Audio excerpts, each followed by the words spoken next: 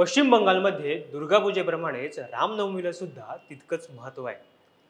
रामनवमीच्या दिवशी येथील हिंदू बांधव मोठ्या थाटामाटात श्रीरामाचा जन्मोत्सव साजरा करतात। ठिकठिकाणी मिरवणुका, शोभायात्रा काढल्या जातात।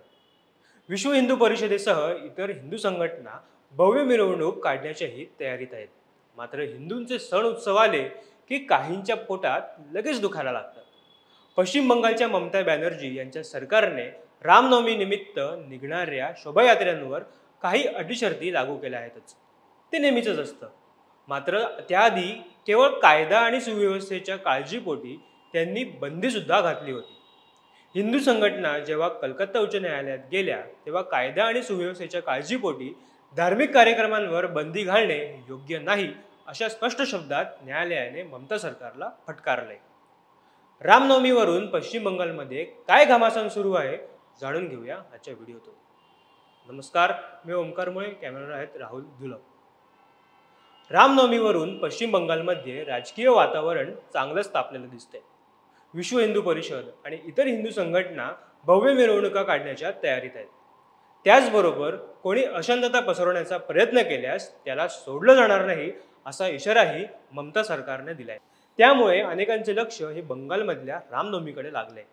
कोलकाता पोलीस आयुक्त मनोज वर्मा यांनी जारी केलेल्या निर्देशिकेत म्हटलंय की जर कोणी शस्त्रांसह मिरवणुकीत सहभागी झालं तर त्याच्यावर गुन्हा दाखल करून कायदेशीर कारवाई केली जाईल। इतकंच काय तर हावडा ग्रामीण आणि हावडा आयुक्तालय क्षेत्रातील सर्व पोलिसांच्या सुट्ट्या 2 ते 9 एप्रिलपर्यंत रद्द करण्यात आल्या। राज्य सरकार आणि पोलीस प्रशासन विनाकारण भीतीचे वातावरण निर्माण करते असा आरोप भाजपकडून करण्यात आलाय। पक्षाचे ज्येष्ठ नेते आणि माजी खासदार दिलीप घोष हे म्हणाले की रामनवमीपूर्वी पोलिसांनी सर्व कर्मचाऱ्यांच्या सुट्ट्या रद्द करणे हा अनावश्यक निर्णय आहे। हिंदूंच्या सणांच्या वेळीच राज्य सरकार अशी पावले उचलते। रामनवमीच्या मुहूर्तावर लाखो लोक रस्त्यावर येतात, पण त्यामुळे कोणताही तणाव निर्माण होत नाही। अशांतता निर्माण करण्याचा प्रयत्न करणाऱ्यांवर पोलिसांनी कारवाई करावी। दुर्गापूजेच्या वेळीही मोठ्या संख्येने लोक सहभागी होतात, मात्र तेथे कोणीही अडचण आणत नाही। पश्चिम बंगालमधील विरोधी पक्षनेते शुवेंदू अधिकारी यांनी दावा केला आहे की यावेळी रामनवमी ही पूर्वीपेक्षा मोठ्या प्रमाणावर साजरी केली जाणार आहे। किमान 2000 मिरवणुका काढण्यात येणार असून गेल्या वर्षीच्या तुलनेत दुप्पट सहभाग यावेळी असणार आहे। गेल्या वर्षी 50 लाख हिंदू मिरवणुकांमध्ये सहभागी झाले होते। यावेळी हा आकडा 1 कोटींवर पोहोचेल। अशातच ममता दीदींनी कायदा सुव्यवस्थेच्या नावाखाली एक अजबच दावा केल्याचं पाहायला मिळतंय। रावणाचा वध करण्यासाठी श्रीरामांनी दुर्गादेवीची पूजा केली होती। प्रभू श्रीरामाने केलेली दुर्गादेवीची उपासना लक्षात घेता दुर्गा पूजा ही दरवर्षी होते। मग त्याच दिवशी रामनवमी साजरी करायला हरकत काय? ती रामनवमी नव्हती का, असं ममता दीदींचं म्हणणं आहे। रामनवमीच्या निमित्ताने काही लोक राज्यात जातीय तेढ निर्माण करण्याचा प्रयत्न करत आहेत। लोकांमध्ये फूट पाडण्यासाठी आणि दंगलीसारखी परिस्थिती निर्माण करण्यासाठी त्यांनी नवीन धार्मिक शिकवण अंमलात आणली आहे। अल्पसंख्याकांच्या हिताचे रक्षण करण्यासाठी आपण सदैव तत्पर असल्याचेही ममता बॅनर्जी यांनी म्हटले आहे।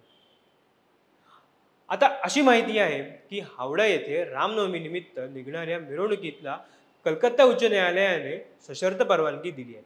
शुक्रवारी हा आदेश जारी करताना न्यायमूर्ती तीर्थंकर घोष यांच्या खंडपीठाने म्हटले की केवळ कायदा आणि सुव्यवस्थेच्या काळजीपोटी धार्मिक कार्यक्रमांवर बंदी घालणे योग्य नाही। अंजनी पुत्र सेना आणि विश्व हिंदू परिषद या 2 संघटनांनी यापूर्वी रामनवमीला मिरवणूक काढण्यासाठी पोलिसांकडे परवानगी मागितली होती।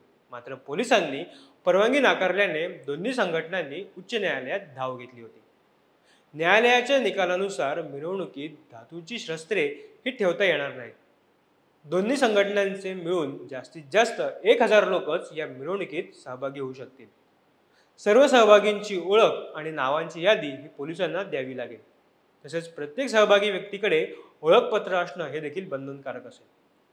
अंजनी पुत्र सेना रामनवमीच्या दिवशी सकाळच्या वेळेत तर विश्व हिंदू परिषद दुपारच्या वेळेत आपले कार्यक्रम करू शकेल। याचाच अर्थ काय तर पश्चिम बंगालमध्ये रामनवमी ही दणक्यात साजरी होणार। या सर्व सुरू असलेल्या घमासानावर तुमचं मत काय हे आम्हाला कमेंटमधून नक्की कळवा। व्हिडिओ आवडल्यास आमच्या फेसबुक पेजला लाईक आणि यूट्यूब चॅनलला सबस्क्राईब करायला विसरू नका। तुर्तास धन्यवाद।